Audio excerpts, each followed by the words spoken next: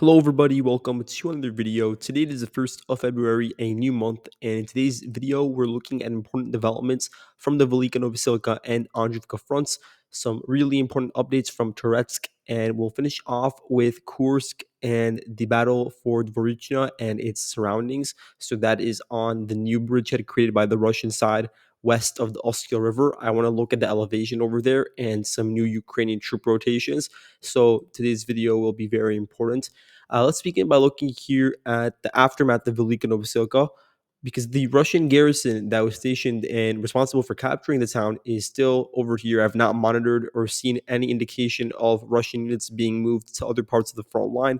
It's entirely possible, and it's actually likely that a lot of the units that were most heavily involved with the clearing out of dense residential areas are now going to be given an operational pause. And that doesn't mean that the entire front line will now become static, because there are other units within this broader garrison, which is a part of the umbrella of the 127th Motor Rifle Division, that are operating around here. There's a couple of those units that we haven't really heard from much in recent months, and they're still deployed generally around here. I can't pinpoint exactly where, but they are in the sector, and now they have the potential to be redeployed and can continue with any of Russia's local objectives. And so we're seeing the Russians now intensifying their frontline actions west of Velyka Novosilka, over here capturing nearly 3 square kilometers of territory in largely open areas that are approaching the actual villages in this region. That would include Novopil, Zelenopole, Novosilka, etc. That's the first line of villages that the Russians have to overcome.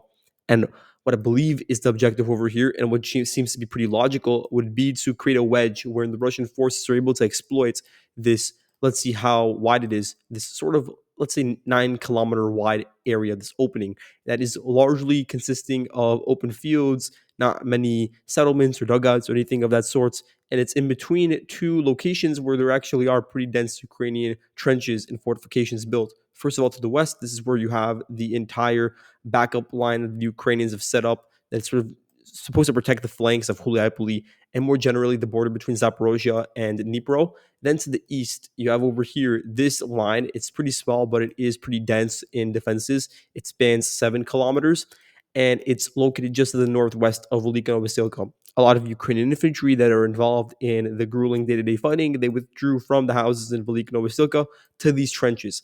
And so assaulting them head on is, of course, entirely possible. It wouldn't be the first time that it happened, but there's also the potential to attack in between, create a wedge in between the two Ukrainian defensive nodes, and then exploit that in order to reach deeper to the rear and advance along a paved route, which would be along Villa to Shevchenko, for instance, and thereby also approaching one of Ukraine's rear lines of defense, which would be right now, I want to see how far away it is from the front line, about 12 kilometers away.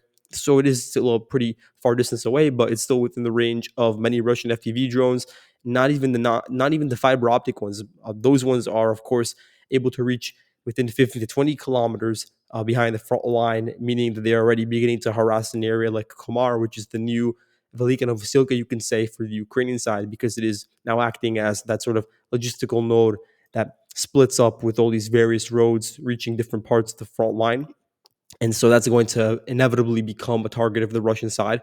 But I just do believe that the Russians exploiting this open area over here, it would allow them to advance further along the Mokryali River line. It would allow them to finally have a foothold close to this backup line of trenches, and also exploit westwards towards the area that's on the border of Dnipro, Zaporozhye, and Donetsk. And really, that's more so long term, but I've been warning about this for a while. And now, if there is going to be a continued Russian pressure in this location, then I believe that's going to be a big part of their logic and how they conduct operations. Also, over here west of Rozdonia, the Russian forces have captured 2.8 square kilometers of territory. These are largely gray areas that really for a couple of months now, or not months, but weeks, throughout the entire chaos of the withdrawal from Velyka Novosilka, we've not seen that much Ukrainian activity around here. The Ukrainian forces that are operating in this region, either from the 110th Brigade or 2 battalions of the Presidential Brigade, they coalesced around populated areas, largely north of these two anti-tank ditches marked in blue. And so if they are located in the area, it would be in Odradne or more likely in Komar. And you could see this area between Odradne and Komar, it's located on a pretty high elevation. So this is another Russian objective to get control over this entire triangular region, which is one of Ukraine's last local bastions of hills. The Russian forces have controlled most of the heights east of Velyka Novosilka, but this is one exception. And these heights would overlook Komar and the entire river valley, along with the river valley on which Oleksivka and Andriivka are located, spanning all the way across the Vovcha River to the border with Dnipro. So there is a local advantage in getting control of it as well. And you could see some of the Russian resources getting redirected to that direction as well. But now to look at the Andriivka front, you can see over here the Russian forces continuing to stave and get control over additional parts of the perimeter of the pocket, this time zero point 0.7 square kilometers of territory, largely in areas that it just wouldn't be feasible for the Ukrainians to remain over there because it is so disconnected from the rest of the rear and the rest of the other units deployed in these regions. So the Russians are just taking in, filling up the vacuum. But the core of the pocket still remains under Ukrainian control due to reinforcements being sent in and a lack of approval for withdrawals. So the Ukrainians are forced to continue to resist 46th Brigade, primarily in the town of Dakhnia, and dragging out the fighting over there, along with the entire perimeter in open fields and tree lines. But at the same time, the Russian forces are now solidifying control over the eastern entrance to Andriivka, meaning that it will be impossible for the Ukrainians to conduct any sort of meaningful counterattack that would allow them to change the course of the battle and give some sort of insurance measure for Andriivka. Now that's not happening because of these measures by the Russians, whereby they've captured at the very least 3.4 square kilometers of territory, largely in open fields that are to the northwest of Shevchenko, and also includes a lot of dugouts and former fortresses that the Ukrainians built, all with the intention of preventing the Russians from flanking them from the north. But of course, once the Russians took over Slovyanka and Petropavlovka, I was warning about this consistently, that the Russian forces would have an open route that would only be resisted by drones, given the current order of battle for the Ukrainians over here, that would be able to sort of advance westwards, reach the open fields, and then flank southwards, advance southwards, and basically break through that northern flank. And at that point, that's the only layer of defenses that Andriivka has. And you could see how it's already been breached at numerous locations and how the fighting has already arrived at the residential areas in the eastern portion of the town. Although in the center, there are still Ukrainian forces deployed, and they are now sending in some reinforcements, not a significant amount. But for instance, this brigade that we talked about in yesterday's video, 152nd Jaeger Brigade, redeployed from Pokrovsk, another key part of the front line, to an area that is even more important in Ukraine's eyes. And now that's supposed to be another 3 to 4,000 men in this location. But at the same time, you can expect the Russian forces to continue to solidify their control over these open areas that are currently in a gray zone, especially north of the Vovcha River and the other river, the Orlova River, and then unify their forces that were involved in the capture of previous villages that are smaller in size, like 114th Brigade, 1452nd or 4th Motorized Rifle Regiment, and then they will be redeployed to actually engage in the house-to-house combats in Andriivka. Now, looking at locations that are a bit to the northeast, I want to zoom in over here on Baranivka. Russian forces are now directly assaulting this town after shaping the battlefield in a way that would make it extremely easy to enter into it. It's located on a really low valley. The Russian forces, they advanced directly north of Vozdvizhenka and were able to get control over a lot of dense forested areas and local fortresses. And then also the east, they took over local ditches and tree lines that are on high elevation, thereby creating a situation where Baranivka was enveloped and was just surrounded by areas that were overlooking it. And so now the Russians have been able to capture additional zero point 0.8 square kilometers of territory, in addition to basically the entirety of the hamlets. So now the Russians have this new advanced vector along the Biochok River, and this would be an advance of, let's see, 600 meters northwards, and then you have another 3 kilometers before reaching Tarasivka, and then to the east, Zelenopole, areas that, again, they're just lacking in Ukrainian reinforcements or any sort of solid infantry base.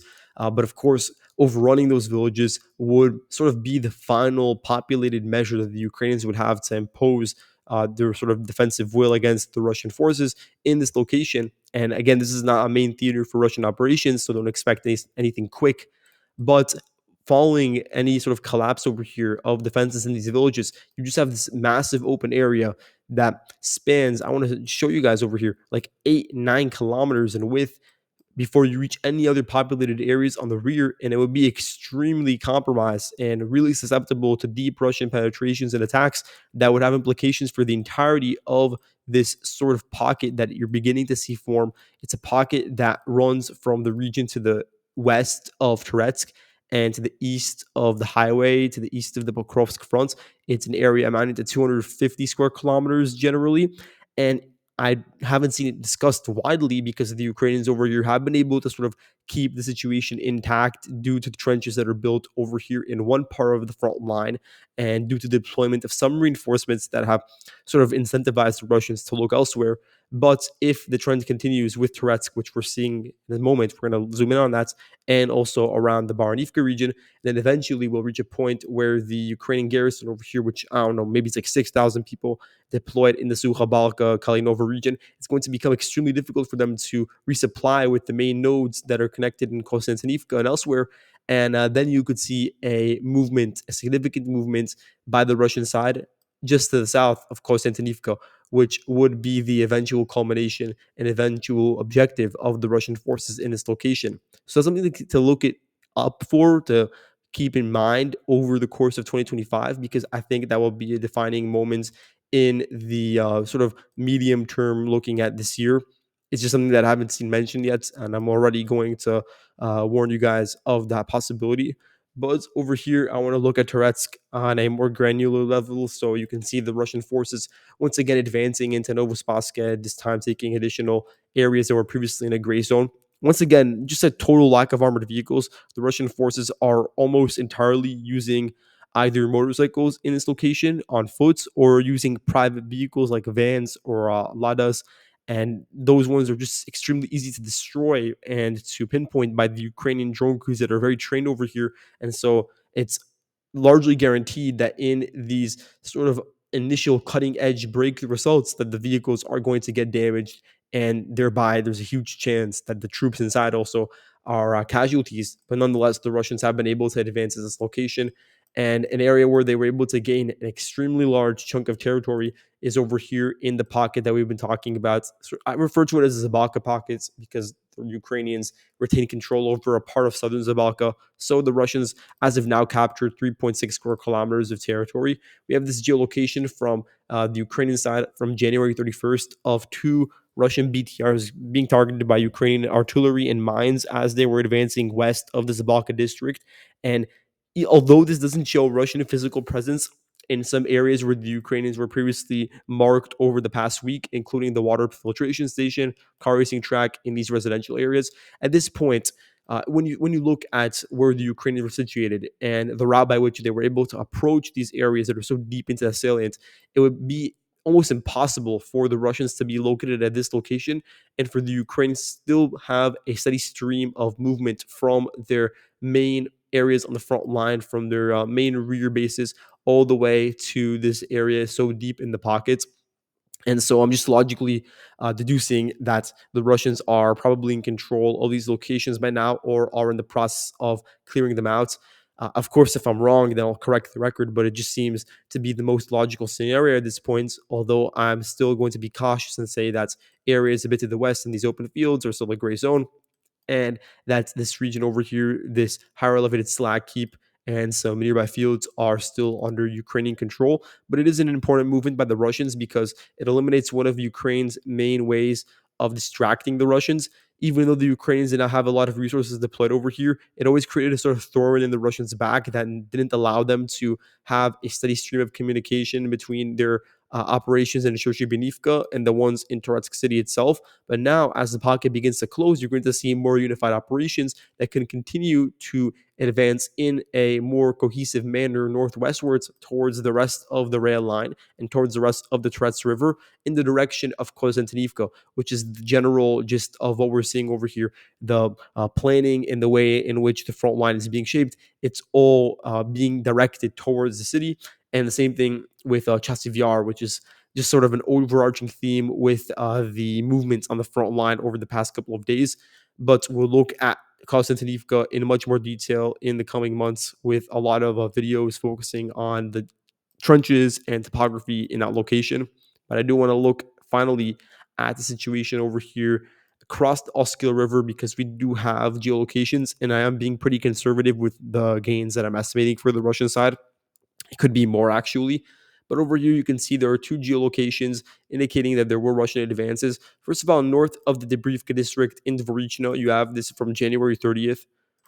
The 112th National Guard Brigade, they conducted an FPV strike onto a house that is sort of isolated at the northern outskirts of the city. And this was enough to indicate in advance that it's already past the urban area itself, the sort of boundaries of it. And that's implying that the Russians are now already advancing along this paved road, and it could link up with another Russian advance, another bridgehead that has been recorded over the past couple of days, which right now is like, I don't know, 3 kilometers away from where the Dvorichna location is, the Dvorichna bridgehead is. So there could be a potential unification between these two bridgeheads that has already occurred or is in the process of occurring. So over here, you have a geolocation from January 30th as well from the 112th Brigade. They conducted FPV strikes onto Russian forces located on these hillier regions, including in ditches and in dugouts. And this was across the Oskil River. And as a result, it's really, really unlikely that there would be Ukrainian remnants remaining in these forested areas that are so close to the Oskil River or in any other areas like Novomlinsk. It's possible, certainly, because we don't have proof of the Russians physically taking over Novomlinsk. And we're going to have to wait and see before making a definitive statement. But you could see how the battlefield's being shaped in a way, certainly, that would cut off this entire pocket that's running along the river. And then you'd have this sort of unified Russian garrison that would be threatening Vikholivka over here, and then would be able to get control over a large amount of roads that expand deeper and deeper towards Kharkiv Oblast. When it comes to the elevation in these regions, there are three major ridges and then three major valleys that I want to run through. So you look at the area directly extending west of the Dvorichna. It's located on a pretty high elevated ridge. It's also a location that has a lot of forested patches. This is an area that would be difficult for the Russians to advance through due to the density of those forests and due to the, really fleshed out road network, because you just don't have as many of those. But it would be a task for Russian forces to do on foot for the most part. But getting control over it would be really important because then we'd be able to project power and really get a good field of vision southwards towards the P-79 highway and all of the Ukrainian forces that were approaching that highway, for instance. So that's something to keep in mind. That though that is a really important ridge that the Russians are already in the process of taking over, but first they need to get control over the rest of northwestern Dvorichna. Then the valley. The valley would be located on this road over here, and its environs extending to the northwestwards. This is also a key route that the Russians could take advantage of in order to flank the ridge, in order to flank some of the key Ukrainian strongholds in these regions, including populated areas. Then you have another ridge that the Russians are pretty close to reaching and advancing along. It would be directly north of the Debriivka micro district, and it's also located atop of a lot of these local tree lines, and in some cases even larger sort of formations of trees. Then you have another valley located on this paved road. Again, you're seeing a pattern. The paved roads are usually located on lower elevation, and this is an area that the Russians have directly advanced through and could be able to take even more of if Novomlinsk falls in or has already fallen. Now, you also have this Russian ridge located over here. It's basically just to the west of the riverbank. And that's another area that is on high elevation and could be used to overlook the road that is located on a valley. So it has a really important local advantage. And then, of course, you have the areas that are directly adjacent to the river. And of course, that riverbank region will be on low elevation, but we're reaching the point where that's becoming really not a big part of the equation because the Russians begin to get a lot of these deeper and deeper bridgeheads that are no longer connected to those valleys, and the Russians are actually beginning to get control over forested regions and ditches or higher patches that are on pretty high elevation on ridges. So that's an overview of the elevation over here and how it looks when you expand it along this 180-degree field of vision, but it is also important to look at how it will be able to affect the highways leading directly into Kupiansk, because that is also a big part of why the Russians are even launching this operation in the first place. And the Ukrainians are aware of the implications this could have, and that's why they've been able to move this unit over here, the 112th TDF Brigade. Previously, it was deployed to the region, basically to the west of Kasivka, Kotlyarivka, was very active over here and just dragging out fighting in a lot of isolated pockets. Now it's being deployed with probably 2,000 plus men to this area northwards. It basically doubled the Ukrainian garrison in this region of front overnight due to the movement of the units. Of course, if its entire unit was deployed over here, I don't know if it's just an element or if the entire unit was here, but the Ukrainians desperately did need reinforcements. And I still don't know if this will be enough, but certainly it will play a role in preventing the Russians, not necessarily from advancing, but not advancing at the same pace that they would have had the Russians launched this sort of concurrent attack with the bridgehead and with this advance along the road, and then pounced at an area that is really lacking in infantry. That could have been even worse than what we're seeing right now manifest and could manifest over the coming weeks. And so that's all that for today. Thank you all for watching, and I'll see you guys in the next video. Goodbye.